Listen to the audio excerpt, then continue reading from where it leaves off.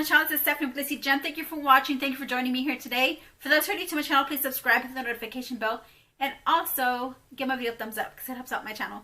In today's Mask Monday, we're going to go ahead and do, trying to finish this Sugar Kitten, the I Do Care Sugar Kitten holographic hydrating peel-off mask. So today I emptied it out. It's empty! Yay! So no more Sugar Kitten for a little while. So in today's video, I want to go ahead and give a shout out to three wonderful people. They're my subscribers. One of them I could not find one of them on my comment section, because in my last Mask Monday, I didn't do one this past Monday, but the one before, I suggested for y'all to leave me in the comment section down below. Leave me a comment of suggestions of which I would like to see my next Mask Monday. So I did. I asked, and there was 3 responses, and I really do appreciate you guys. So shout out to you who responded to me, which were, I'm calling by their name, which is one, Nancy Nettleblatt. I'm pronouncing your last name correctly. I apologize, Nancy. Angie, Auntie Love, and then there was somebody else. Okay, so shout out to you 3 ladies, and thank you for for being part of my community and supporting my channel. So let's start off with the first one, which was this one didn't have a name. I couldn't find the person's name, but they had suggested to do, like, they like to see unboxings. So I will be showing you that in my video. First off, let's go ahead and do this unboxing so I can do this request from this viewer, my subscriber viewers, because I really do appreciate you guys. So I have this bag in front of me. It's not the bag that these products came in for this unbagging that I'm about to do. Is actually the bag that came in here was like it had like, I think it was festive. I think it was like Halloween bag or something like that. I don't know what I did with the bag. It had a pumpkin face on it. So I don't know what I did. I took out the items, but the bag, I did not know where I placed the bag. So I apologize. It was a bag. It was green and it had an orange handle. You know, orange handle. It was green and it had a pumpkin on it or something.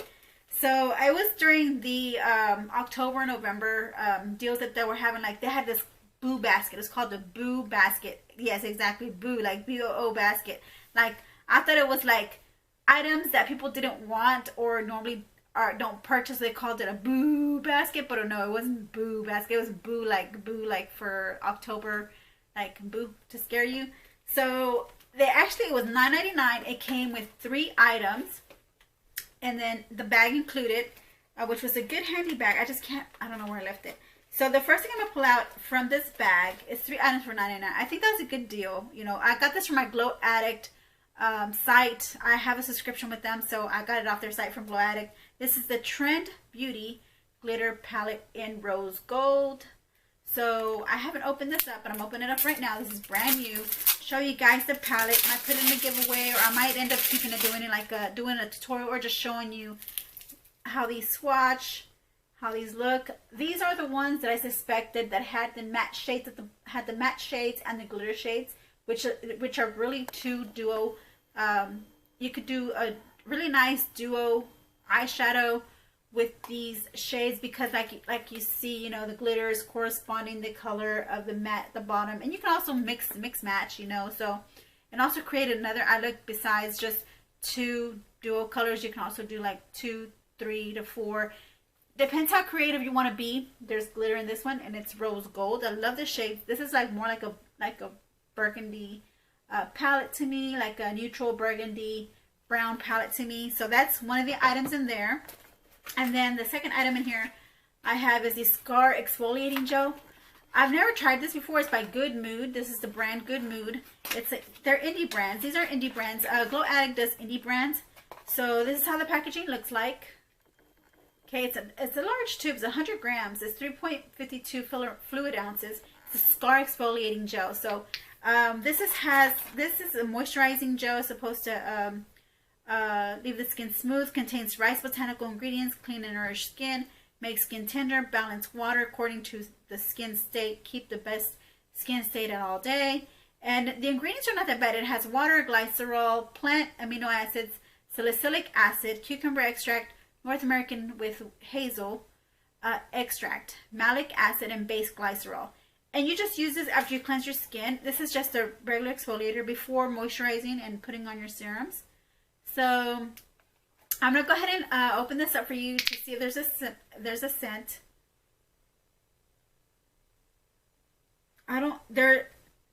There is just the generic scent, a generic chemical scent to this. It's non-fragrant. I'd say it's non-fragrant, but there is like a scent, like a general chemical type of scent, but it's not bad. I do recommend this for people who are sensitive to fragrances with the smell. Like, it's not strong, it's not pungent or anything. So I'm gonna go ahead and put some on my skin here, on my hand here, just a little bit. It's a gel, actually. It's not a cream, it's a gel. It's an exfoliating gel. I've never tried exfoliating gels before, so it's clear. It's right here on this side. I want to see how smooth it feels. It feels really smooth. It doesn't feel grainy at all, which I'm pretty sure. Oh, there it is. The more you rub, the more the grains will start to appear. So at first it comes on real smooth, really, really smooth. And now you can see the grains, and I can feel the grains on it and exfoliating your dead skin cells at the top. So you can see that. I hope you can see that. But I hope you can also see like the little grains, the little dead skin, or I don't know if it's dead skin or what, but it starts to crumble up like little grains. And it's very gentle. So I do recommend this for people who have sensitive skin.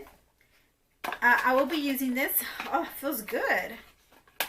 No irritation at all whatsoever. It does say we require a patch test, but I had already, before coming on, I had already, tested it out, before even coming on camera. I tested it out and I liked it. It does have an expiration date for 2024, so I still have like, what, 3 years? Because 2022 is around the corner. 22, 23, 24, like 2-3 years. The last item in this bag is the Micellar makeup removing wipes from this is a Face Tory brand. So I've had these before, and these are good. They do remove your makeup, but I still love my Neutrogena makeup removing wipes because they have a more oily base type of makeup remover than the Micellar one. The Micellar one is more gentle, and it doesn't take off as much of the makeup that need oils to an oil-based makeup remover. It's not an oil-based makeup removing towelette. So for the makeup that needs that type of removing, this, I wouldn't recommend this for that, but I do recommend it for you to use to wipe off your makeup, to like for to clean anything off if you do any kind of swatching or anything like that. I do recommend that, and it's very lightly fragranced. I don't think there's a fragrance at all, I believe. Don't quote me on that, but it's not strongly fragranced because it is for sensitive skin. So I do recommend this for people who have sensitive skin. So if it's good for people with sensitive skin, it's good for people who don't have sensitive skin, who are immune to anything, So I do recommend these products to anybody who's interested in trying them out, and getting them. Like I said, it's your preference. It's up to you. Like, not everything's for everybody, for everyone. So I shouldn't say everybody should, is good for everybody, because not everybody has the same kind of skin type. But anyways, moving forward, so I went ahead and I'm going to go ahead and check that off, the unboxing. The next thing was Angie Anti-Love. She suggested I should come on here and show you some of my favorite eyeshadow palettes, or eyeshadow palettes that I wanted to get. Well, there is quite a bit of eyeshadow palettes that I have in my collection, so I would not be able to do that in this video, because it will take up the whole video or even more. It would have to be like in a 2-part series, can't be just all in one part. That's how much eyeshadow palettes I have. Yeah, I have not shown you my eyeshadow palette collection. But yeah, but to name off, 4 top of my head: Juvia's Place Formula, Melt Cosmetics Formula, ColourPop, and Morphe. Those 4 are one of the top ones that I really like the formula of. So those 4 so far I know that I do like. So I do have a collection of all 4 that I mentioned. I do have a collection, and like I said, it's going to take a long time for me to show you all my eyeshadows and stuff like that. I feel like I'm forgetting something. forgot to turn on my mic, but I hope y'all can hear me because I am speaking kind of loud. I hope y'all can hear me. So now it comes down to Nancy Nettleblatt. Okay, so she suggested for me to talk about why I decided to start my YouTube channel, and that's a very good topic to talk about, because I think I did touch base on this, but now that I have more subscribers, which hint hint, there will be a 300 subscriber giveaway coming up soon. So it's probably already up, you know. I am recording, pre-recording, so the 300 subscriber giveaway is probably already up. So yeah, so that's a very good topic to talk about. So thank you, Nancy, for bringing that up. So first, okay, so I grew up being sheltered. Like, I grew up in a family. I wasn't sheltered as where I wasn't social. When I was growing up, I went to high school. I had my friends. We went out. I had friends. I worked. I wasn't homeschooled or anything. So I went to public school. I had friends. You know, I had friends from school and stuff like that. So I was sheltered in a way that I wasn't allowed to, like, how do you say, I guess, explore too much in my life. Like, I was limited to doing what I was supposed to do growing up. So anyway, so at first I thought YouTube was like just like an entertainment type of thing, you know, where you go to watch people on YouTube, you know, to laugh at their videos. It's a form of entertainment, you know, to have fun, you know, just to have fun. So I saw that as that, and then I never really like, how should I say that? I never really thought of making a YouTube channel until my sister, LMC, who she also grew up also kind of sheltered like me. Yeah. So she started a YouTube channel without letting her family know she had a YouTube channel. But it was only up for not even a year. I think she had stopped after, because you see, I was going through a rough time. I had just gotten through a divorce. I had no money. I had nowhere to go. So I moved in with my sister. My sister gave me a place to stay, so I really do appreciate my sister for helping me out on that aspect and helping me get back on my own 2 feet. I mean, I worked, you know, but yet, you know, I still needed money. You know, I didn't have money to pay my own bills. I didn't have money to pay bills. I didn't have money to pay rent. So my sister, you know, she gave me shelter and food and support, and my whole family gave me support. So I was going through So I was going through a rough time, and, you know, even talking about it, you know, gets me a little emotional. It's been more than like 6 years already, so you'd think, oh, I should have gotten over it, but it had scarred me so much to the point where it's even when I start to talk about it, I still get a little emotional about talking about how my life was after my divorce, and even during my divorce was, you know, a little, I didn't feel loved even while I was married. I mean, I didn't feel like I was being, like, my husband was in love with me. But I'm getting off topic here. But anyways, so after my divorce, my sister gave me a place to live. I stayed there. She fed me. She gave me shelter. I got a job. And then she mentioned that she had a YouTube channel, which I had no idea. I was like, you having a YouTube channel? I thought that was taboo for us to do, you know, because growing up, we were very sheltered. Like, we were very private people, very private, sheltered people. We still are. But, and she's more of a conservative type of person, where she's more of like on the ends, where I would never thought she would do a YouTube channel, but she did. And I was so proud of her, and I was so glad and proud. And she gave me the push that I needed to do my own YouTube channel. So I did. I started my own YouTube channel because, like I said, I was going through a rough time. I had financial problems. I had financial issues. So, you know, when my sister said that that people get paid for uploading videos, doing YouTube, she had no idea either, like, what she was new at it as well, like, you know, what the YouTube process is, or what the YouTube policy is on, you know, getting monetization and stuff like that. And So I just jumped into the water. I jumped into the water.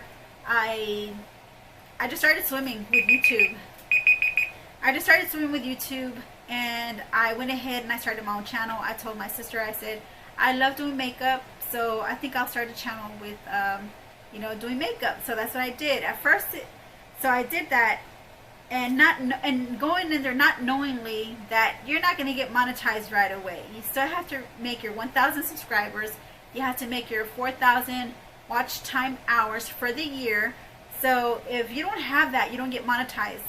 And even knowing that, after I got into YouTube, I still continued to do my YouTube channels. Why? Because I found it as a therapy for me. And I wasn't upset at all that I had to wait, you know, until I got my subscriber base. I still kept my head up. I still kept a positive notion about, you know, me gaining subscribers and me being able to get monetized, you know, once I reach my goal, right? So I didn't let that upset me or get me down and say, okay, I'm going to stop or anything. No, I kept on because, you know why? Because I loved how I felt. Because it's like, you know how whenever you do something in life that you've never done before, and when you do it, you love it, you want to continue to do it. That's what happened to me. I did something I never thought I would ever do, but once you've tasted the candy, or you tasted the cake, I guess, sort of expression to say, you know, once you've already tasted a bit of what it is to do, to come on camera, and do your YouTubes and making it public, and people watching, seeing subscribers subscribe to your channel, and, you know, getting all the feedback you're receiving from your subscribers and all that, just kind of like just sparked my interest in continuing on doing YouTube videos.